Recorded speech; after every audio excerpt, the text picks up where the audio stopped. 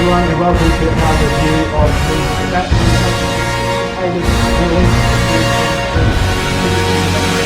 making of Nick Tyler. And this is a review that's going to have spoilers, so tune out if you don't want the movie to be spoiled for you. We were lucky and fortunate enough to see it on Wednesday, which was March 2nd, as a sneak preview. The official release was on the 3rd, which was as of yesterday. We thought we'd give the public a little bit of a chance to view the movie before talking about our review here today. So I'm going to hand it over to Tyler. We're going to talk about, well, what do you want to talk about first? Do you want to talk about the positives, the negatives? Do you want to talk about the overall movie? What are you thinking? Let's start off with the positives and what we thought of the movie itself. Obviously, directed by Matt Reeves. First of all, guys, what a filmmaker that this guy is. After going through the Planet of the Apes trilogy, his previous works, Cloverfield, like this guy, in terms of his atmospheres, his character development, and his worlds, the atmosphere itself, he absolutely nails the Batman in every single category, I would say, in terms of capturing the feeling and the essence of 1939's Detective Comics. Yeah, and that's what I thought too. I thought it was a movie for the purists. So the pure Batman comic fans are going to love this for that fact. It is, you know, a detective story or movie. It is very dark. Everyone's talking about how dark it is. It is literally dark throughout the whole movie. Yeah. But in a good way.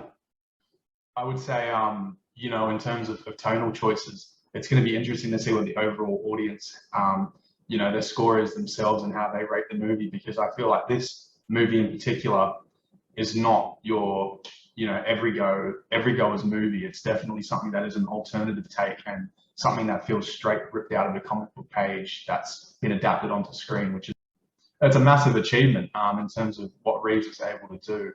But leading into the movie itself, let's talk about Rob Pattinson, the Batman. What do you think? Yeah, I thought he played the role really well. He's certainly a very solemn character. There's not much dialogue from him at all. I thought overall he suited the character. Yeah, and certainly, you know, when he put on the suit, he looked the part. It was almost like he grew in stature, because as Bruce Wayne, you'll notice from the movie, he's really quite thin. I just want to backtrack a bit though, Tyler, in regards to the movie itself, and we're talking about it being a purist movie. I think for me personally, people don't go to the movie expecting, you know, the Dark Knight or comparing it to the Dark Knight. You need to go in there with an open mind. This is my personal take, an open mind, and look at it for what it is, what that director, his adaptation of the movie is, because the Dark Knight for me is, you know, is the epitome of Batman. I absolutely love that, and I love Chris Nolan as a director. I think his whole trilogy is out of this world. But I did go in there I hadn't really seen the trailers, even though you tried to force me to watch them. I didn't. I wanted to have no preconceived ideas of the movie, and I think it worked for me. I really enjoyed the movie for that fact that I wasn't trying to compare it to that, or even the previous Batmans of, you know, Val Kilmer and George Clooney and Michael Keaton and the like. So yeah, coming back to the character, Rob Pattinson thought he was good. Your thoughts? Rob Pattinson, guys, you know, I've been following this actor for many years now, and he's just been an actor that I've studied and followed closely with all his roles and all his characters that he's now brought out. You know, obviously being the Twilight Boy that everyone calls him, but going from that to movies like The Rover with Guy Pearce, The Lighthouse, obviously Robert Eggers, and playing that amazing character there in Winslow.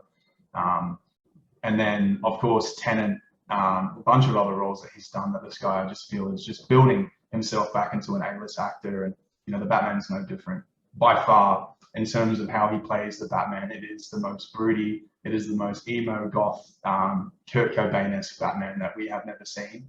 That kind of goes into a deep dive character study of his sanity and, you know, what he's willing to sacrifice in order to save Gotham and be the savior of the city. So I think in terms of the Batman character himself, he absolutely nailed it. Now moving on forward to the suit. What do you think of the suit? Yeah, I thought it was great. I thought it looked good on him.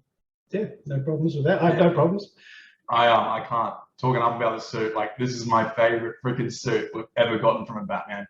You know, it seems like it's straight out of obviously one of those classical Venice, Italy museum masks, and it's just been carnivaled into this bat mold of a mask, and it's just so intimidating, so visceral, and even the way that Rob moves and stands in the mask, it's very, as you said, Gollum-esque, but also at the same time, he does have life in terms of what he can bring with his character, even with his eyes. As simple as something as that, is just staring at someone, or his stature as the character is the most intimidating, I would say, and the most fearful Batman, especially with Matt Reeves directing. Like, he is purely petrifying on screen. Like, it really does feel like he is a horror character coming out to serve vengeance on the whole city and everyone who's obviously corrupted the city.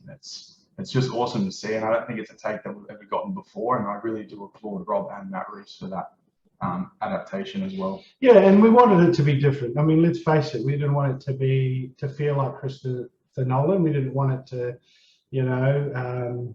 carry on in that vein. It is a fresh take, and I think that's a good thing. Yeah, so with the inspiration... We don't be copycat, right? We don't be copycat. No, absolutely. No, you're right. I think every Batman, the good thing about Batman as a character himself is that there are multiple iterations now and adaptations. Whether or not this is your favorite Batman is obviously up to question.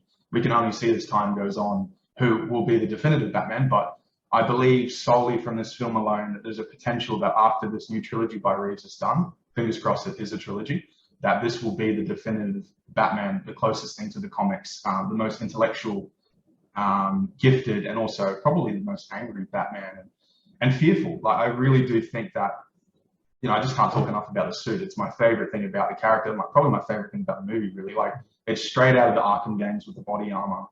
The boots, like the close-ups on the boots that Matt Reeves has, as soon as Pattinson walks into a room, like, you hear the sound of his footsteps clunking on those tiles and the wooden floorboards. It is very, very almost like The Crow or something out of a horror movie. Like, it is straight ripped out of the comic book, which I just love. It's just awesome. Can't talk enough about it.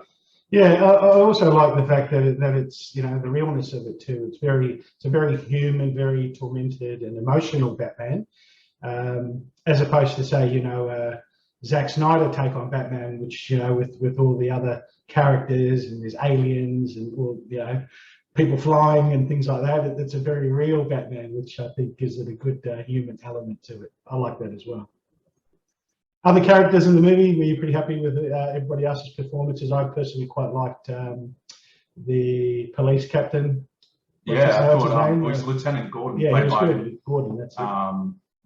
Played greatly by Jeffrey Wright, and he absolutely killed it, guys. I think this is one of my favorite James Gordons, and just the fact that he does have such a good relationship throughout the story with Rob and with the Batman, and he entrusts him in guiding him through this evidence and being, he just has this great belief that you feel from the very get-go. And it seems like just them two against everyone else. Right? Absolutely, yeah, absolutely. Which we'll get to later in the story aspect, but no, Jeffrey Wright absolutely nails Lieutenant Gordon. I think he also does, eventually, hopefully his character will evolve and will bring more of a humane aspect and really understand this version of Batman as he stands, hopefully as Batman and maybe eventually Bruce Wayne, we don't know. Yeah, I really loved the Penguin. I thought that character, they absolutely nailed that.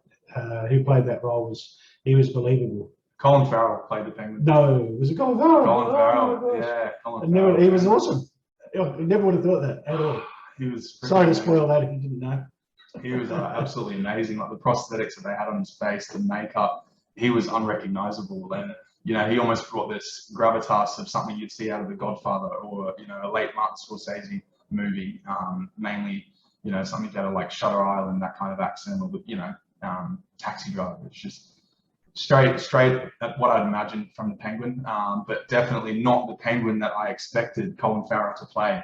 He was larger than life, and I think some scenes could really sell the show. He's definitely one to look out for when watching this. And Zoe Kravitz as Catwoman.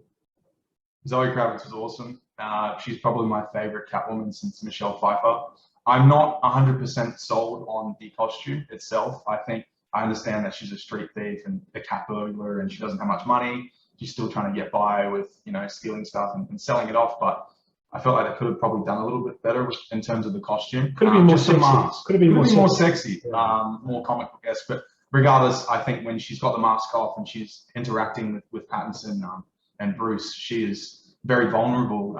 She's very fiery. She looks out for herself, very independent, but she also seems to have this very sensitive side, which I love, and they touched upon that quite well, I thought.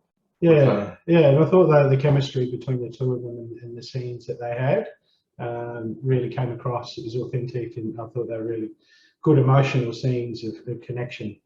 Yeah, looking forward to see how her role progresses in perhaps the next movie that comes out. The fight scenes were great. I thought she nailed those.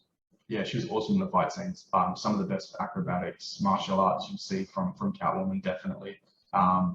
Again, yeah, it was just an awesome adaptation of that character and something that was unique and fresh. You know, she did feel kind of dark and almost destroyed as well as a weird yin and yang with Rob in this movie, which was awesome. She got a lot of screen time too. Yeah, she did. She did. Okay, well, those are all the positives. Did you have anything more you wanted to cover? Let's talk about the Riddler.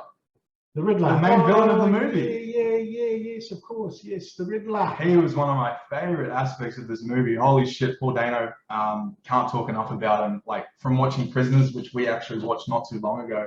I had seen it previously, but Rob had never seen it. But man, Paul Dano transcends into this character of the mastermind of the Riddler, and he plays it perfectly. He's very terrifying in this movie. Every second that you see of him, he's menacing. He's got this little voice changer that kind of goes up and down or whatever.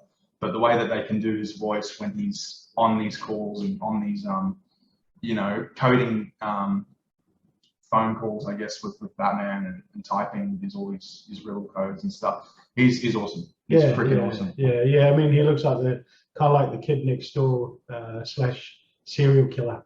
You know, he looked to me. He looks crazy. It's they sort of nailed it with that character for sure. They cast it very, very well. I don't know if you knew, but that character, that version of the Riddler, was actually based off the Zodiac Killer. Oh, so the whole costume design, the whole look, and obviously the enigmas. Oh yes, stuff, it was too. Yeah. Straight out of the Zodiac Killer, and supposedly something to do with like Paul Dano was behind the scenes and trying to figure out what he wanted to do, and he just started wrapping himself in leather. And acting weird, and that's what he decided to go with, just a simplistic kind of serial killer, demented version of the Riddler. Not the ones that we know from the comic. I think those ones are a little bit more vibrant, a little bit more colorful, but this one certainly fits in with this world of Gotham. He's one crazy son of a bitch, that's for sure. Yeah. Especially if he's doing that sort of stuff, but that's what good actors do. They improvise, I guess, a little bit like Heath Ledger when he did the Joker. Yeah, definitely. He goes into that bubble of really improvising. And the thing about it is, obviously, the reveal doesn't come until later on in his face. But with the reveal, I feel like when you see him, there is one scene in particular that we'll talk about later on, where he just has this really boyish charm about him. But after everything that he's put Bruce, Batman, and everyone else through Gotham through, that he is one nasty psychopath, really sociopathic killer. But he always has this boyish charm that really gets under your skin that you just want to punch.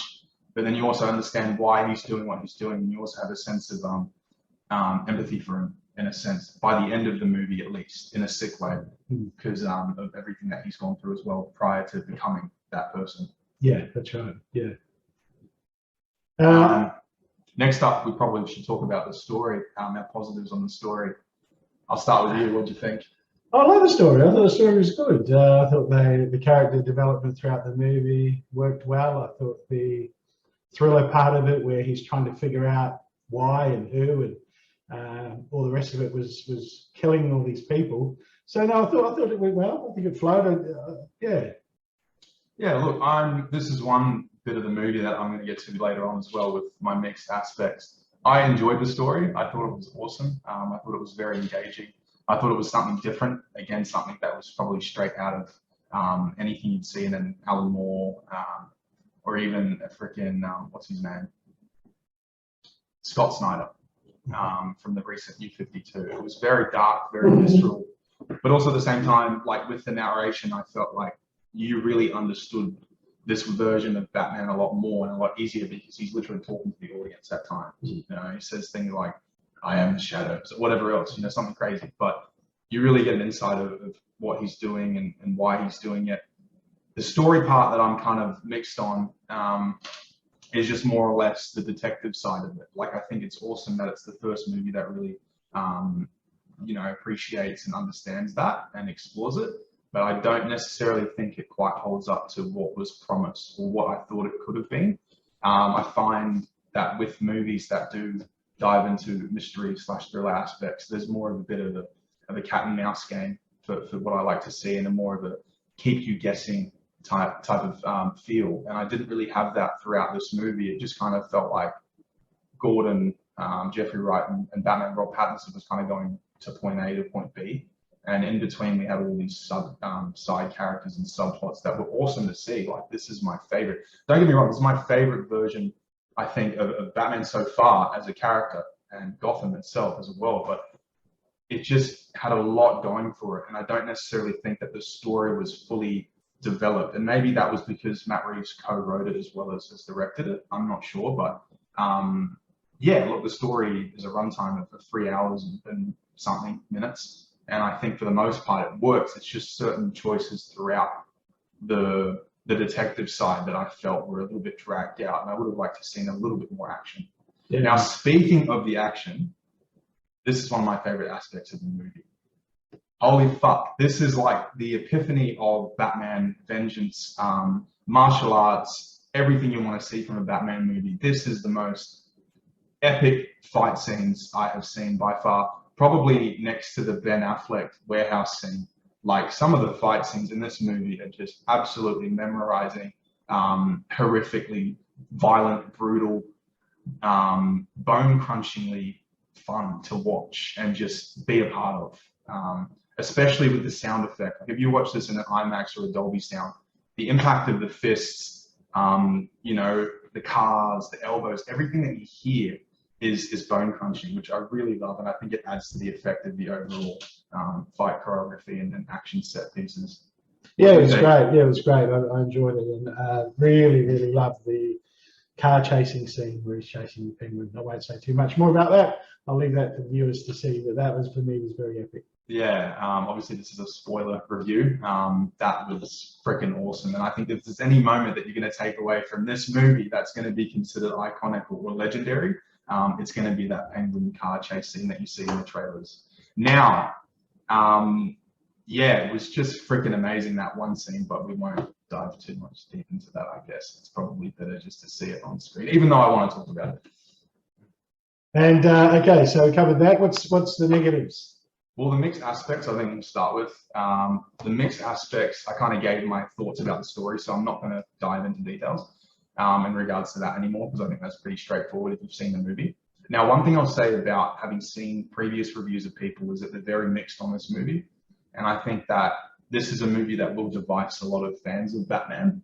You either have the people that really love this movie, or you either have the people that really hate this movie. And I think that's a conscious decision of Matt Reeves to kind of be so different and so unique and alternative on this take of Batman, that I think it's almost like an art house movie that, you know, not necessarily your everyday average moviegoer can go, or even someone who's never seen Batman before can go into this movie and say, this is an awesome movie, this is an awesome Batman movie, because I think it has a lot of elements that you need to understand from the character. As Matt Reeves kind of takes a unique approach to it by less is more, is what I'd say. Like, he likes to show a lot more on screen without saying as much as you probably would like to hear in terms of exposition. There's mainly only exposition about the story itself and about the detective side of it, rather than exposition about Bruce Wayne or Batman, which is either a hit or miss for some people. For me, it worked for the most part. You know, with a 3.5-hour movie, it's hard to cram all those elements in. And obviously, it being a year 2 Batman who's not fully developed, he hasn't truly become the Dark Knight or the Caped Crusader. So we have to have a little bit of understanding and a little bit of room for this story arc to grow. So I'm not going to nail it as a negative. I'm just going to nail that as a mixed. What will you mix on? Yeah, no, I'll just come back to your point before I get into it. I think you're right. Yeah, you're either going to love it or you're going to hate it. My opinion on it is I think the purists will love it. I think the people who like the Zack Snyder probably won't like it as much, because they're sort of very different. That's my take on it. I totally agree. Yeah, or even Chris Nolan for that matter. You know, even though I love the Chris Nolan one, I'm probably the exception to the rule. That, as I said, I went in there not trying to compare it to that, and the movie worked for me. Well, that's the right approach to take, and I think, you know, just quickly from speaking from what I saw from the trailers, you know, that DC fandom over 2.5 years ago. As soon as I saw the trailer, I was literally getting goosebumps on the back of my neck, and I was just like, yes, this is the Batman we've always wanted. Like, this is the Batman I've waited for. The dark, gritty, R-rated spin-off. You know, the influences from, again, The Crow, David Fincher's Seven, Zodiac. I think a lot of influences from The Godfather, a lot of influences even from The Warriors with certain scenes and certain aspects of how the camera's framed, and obviously the gangs and stuff of Gotham. Now, with this being said, I think the best way to approach this movie is avoid the trailers at all costs, because they'll show you way too much. Don't be too hyped up for it as I was.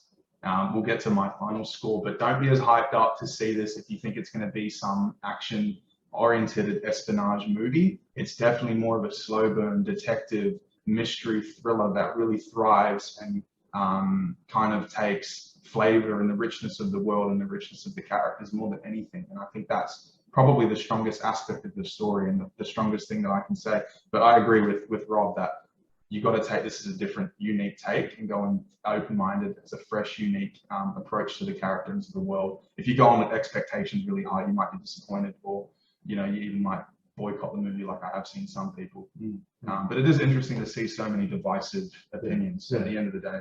And I'd say it's probably a movie that you probably want to go see twice to pick up certain things, because certainly I think with the puzzles that the Riddler was leaving, I couldn't get them. And, you do sort of want to understand, oh, wow, so that's what it was, I understand that. And maybe the second time viewing it, I might be able to pick up some of those puzzles. So that was just a little gripe on that.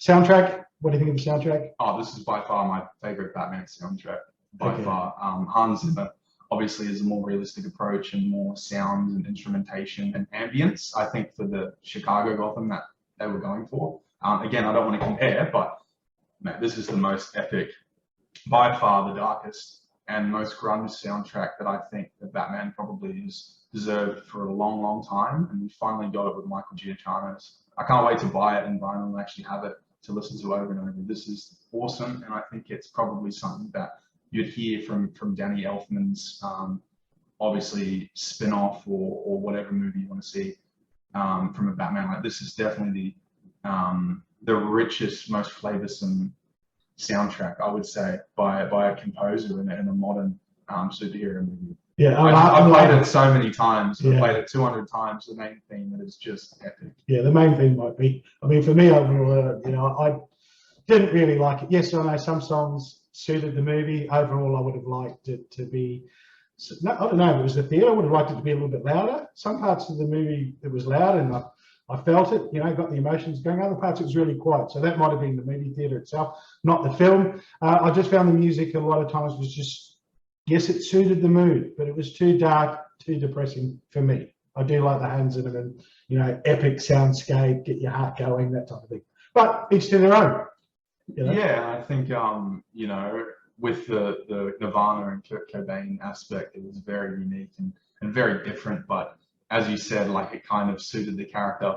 And there is an interesting point there, actually. There was times with the sound itself, not the musical score, that I don't know if it was a theater experience, but there's definitely times, especially with the Batmobile, that it would sound really loud and really engaging and amazing, to be honest. It would sound like a real car that you were sitting in a freaking Batmobile with Rob Pattinson. But, very few times as well, I found myself not as invested in the score, because either it was being played too much and reiterated to the audience so much, or it kind of lost its value. It was quiet. It was too quiet, maybe? No, it kind of lost its value because it was played and replayed in so many scenes.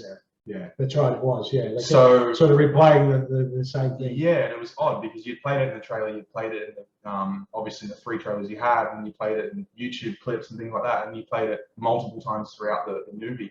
Although there is one scene in particular, again with the car chase scene, I'm not going to go into that, but just the musical score when he's following the penguin in the car. And it was, like, there was so many different edges and twists that I thought it took with musical techniques and instrumentation, that it was just, yeah, it was awesome. Like, especially when he was creeping up on the penguin, I thought that was really cool.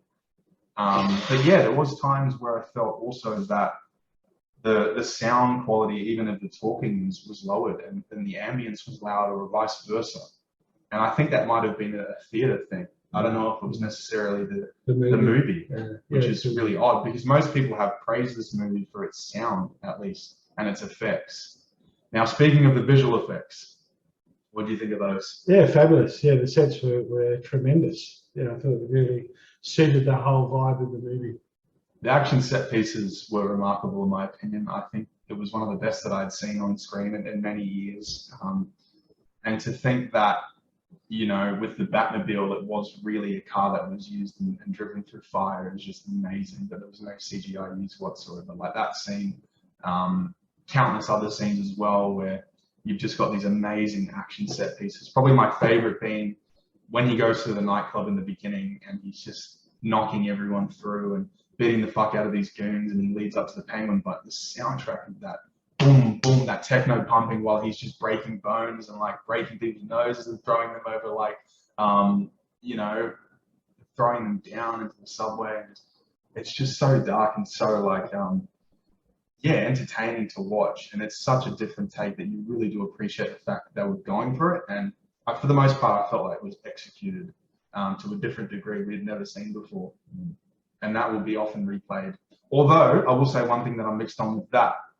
Now with the fight scenes themselves, I love them so much, and I felt like Matt Reeves didn't give us enough of them. What did you feel? Yeah, not enough. Yeah, I'd say. Yeah, I love especially with the opening scene in the train station, and then leading into that club scene, the Iceberg Lounge that the Penguin resides in. I just felt like there was an opportunity to have a little bit more of an extended opening fight scene. Because the most of the movie, again, is more of a slow burn detective thriller mystery, and it just would have been good, maybe 15, 20 minutes more of just that, you know, just face punching and just limb breaking action, which I love to see. And, you know, maybe it's just the action junkie in me that wants to see more of that. But it is by far the movie with the best action scenes for the Batman, the best choreographed action. And it truly does feel like Matt Reeves had studied, or the action coordinator had studied martial arts before going into this project. Awesome. All right, so we're going to go to the big question. Yeah? We're going to go to the big question of the negatives now. Oh, we're going to the negatives. The negatives. Oh, okay. The negatives. Well, so we're going to get into a bit of a unique territory here, because we've discussed it briefly, but we're both very, I guess, different with our approaches and different with our opinions on the movie. But yeah, I'm going to go into the negatives, and I'll let you start first. I think that overall I was happy with the movie. The only real negative that I had, as I said to you, was I think the soundtrack for me sort of let it down, but everything else I was pretty happy with. What do you think? So there's one negative that I have in mind that really stands out, and that is, of course, with my second favorite character of all time being introduced once again, the Joker. Now, there is one scene in particular at the end where poor Dano has obviously been incarcerated and he's in prison, and you just hear this voice talking to him. And immediately I look at my friend who was sitting next to myself and Rob, and I'm like, oh fuck, here we go. And I'm just anxiously watching the screen in my eyes, like seeing what's going to happen. I hear the voice, I hear the talking over and over. And then it was something to do with, you know, mentioning clowns or something. And at that point I was really put off, because I realized by the voice and by the actor, which is obviously supposedly rumored to be Barry Keoghan. I don't know if that's the correct name or way of pronouncing it, but that's the guy from Eternals and the guy from Killing the Sacred Deer. He plays the boy. However, you know, correlating to that as well, I just, you know, I wanted Joaquin's Joker to tie into this movie. And I don't know if that's a selfish aspect in me that wanted to see that, but I just felt like at the end of Joker, I'm spoiling that too, but you should have seen it already, so that's on you. At the end of that movie, we have obviously Batman's parents dying in an alleyway. And I felt like with the tone that this movie was going for, and with the decision making that this movie has, once you've seen it and you get to that point and you are a fan of Joaquin's Joker, Arthur Fleck, there is an excellent opportunity that I feel was missed with incorporating that Joker. Now, in saying that, with me being selfish with wanting Todd Phillips' Joker and Matt Reeves' Batman to intertwine as obviously two different universes colliding, I do think that the character himself, again, huge fan, my second favorite character of all time, is overused. And I think that for what was teased at the end of that, if that really was the Joker and they're going through a new take in this universe, that I'm open-minded, but I don't think he should be introduced straight away. I think that's a major, major thing that they've completely fucked up. Look, I could be wrong. Going into the second movie, I think that it has a lot more room to tighten up some edges and tighten up some knots and be even better than this movie, personally, similar to how the not comparing, but similar to how The Dark Knight was to Batman Begins, I do feel like the second movie in this trilogy has potential to be better.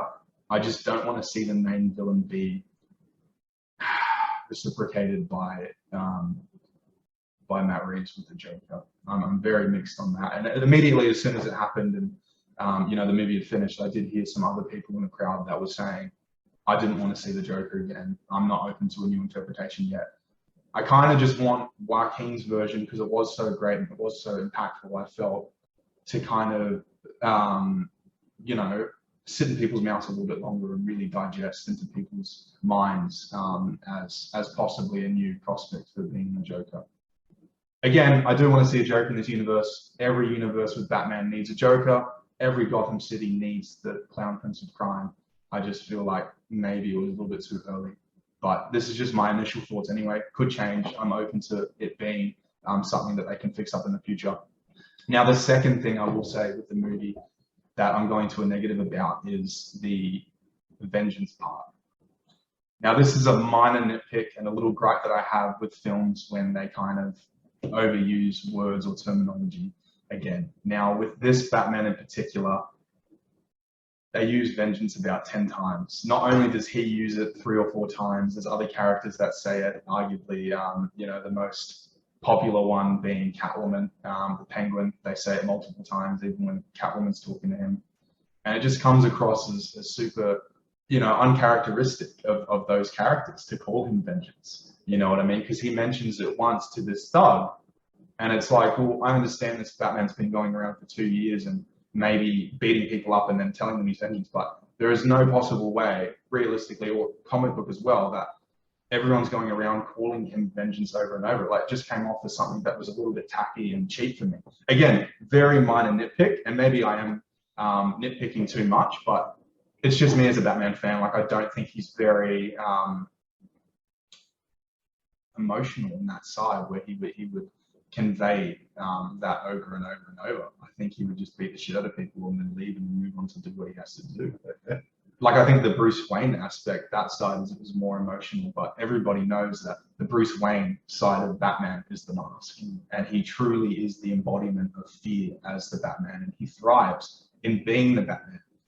And I don't know, just that opening scene, everything else, it just really pissed me off. They kept saying vengeance over and over and over because it is such a powerful word and it's such a powerful moment in the beginning. And even at the end, when that thug does say it, which works for me, that is the other time where that thug at the very end, the Riddler thug, when they're on the rooftop and he comes in and he beats the fuck out of them. I think that scene is cool because it almost shows him transitioning from vengeance into being the Batman, because he now realizes that everybody's calling him vengeance and he doesn't want to go down the path of being that vengeful, angry, young vigilante. He wants to go from this movie, at least at the end, to becoming the true Dark Knight, becoming the Batman. And hopefully that's explored more in the second movie.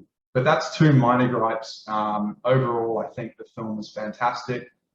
I think the film encapsulates the Batman, and I think it is the true definitive version of Batman.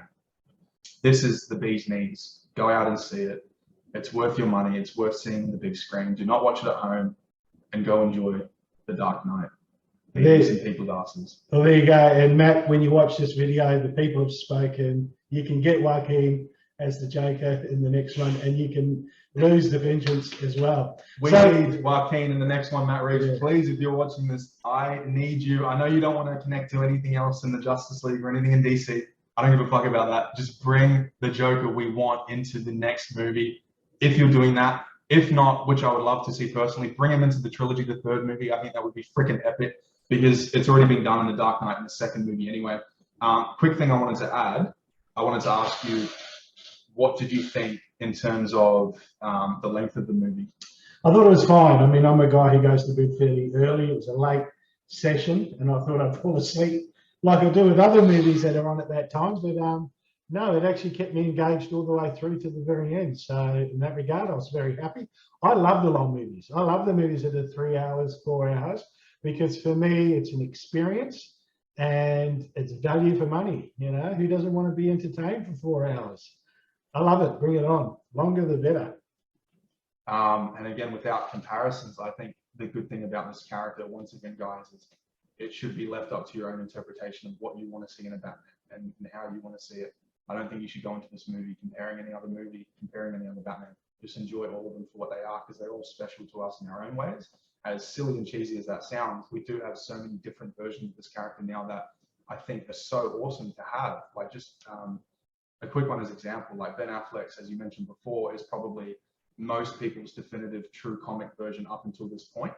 I think Pattinson will surpass him, and I think these movies have an opportunity to surpass those movies as well. But in terms of you know, the true essence, I think the older Batman is such a cool approach with the physicality and the brute strength. And then you've got, in my opinion, arguably the best Bruce Wayne, because it's explored in the Nolan trilogy and Christian Bale. I think that's pretty untouchable at the moment. Because another thing with this movie that we didn't really add is the Bruce Wayne character is definitely not even really explored. It's kind of 90% or 95% of the movie him as Batman. There's probably only 1 or 2 scenes where he's really Bruce Wayne. And even then, like, Rob Pattinson has this glare that's just pure sadness and pure, you know, dreadfulness. Like, he just fears not being able to save this city, and he'll do anything within his ability. Obviously, him only being human to protect and to be this, you know, signal of hope and this savior that Gotham City needs. He's almost a desperate Batman. You know, I think there's 3 Batmans there that are the most definitive for me personally. Obviously, open to everyone's own opinions. I don't want anyone to comment on this or to anyone to backlash against anyone else's opinion. I just want us all to enjoy the character for what he is and what he brings to our lives. You know, I think he's the greatest character of all time, the greatest comic book character. And I just hope that this movie is well praised, because Matt Reeves, you deserve it. Fucking awesome movie. I can't wait to see the second one, honestly. I'm shaking. I want to go back to the cinema and see it again. I really do. And on that note, the last question of the day, out of 10, what's the rating? I'm going to give Matt Reeves, the Batman, an 8 out of 10. And I'm going to give it a big 7.5 out of 10. Great movie. Well done. Can't wait for part 2. From Tyler the Bat, Rob the Lion, that's us. We'll see you at the next one. Thanks, guys. Appreciate it.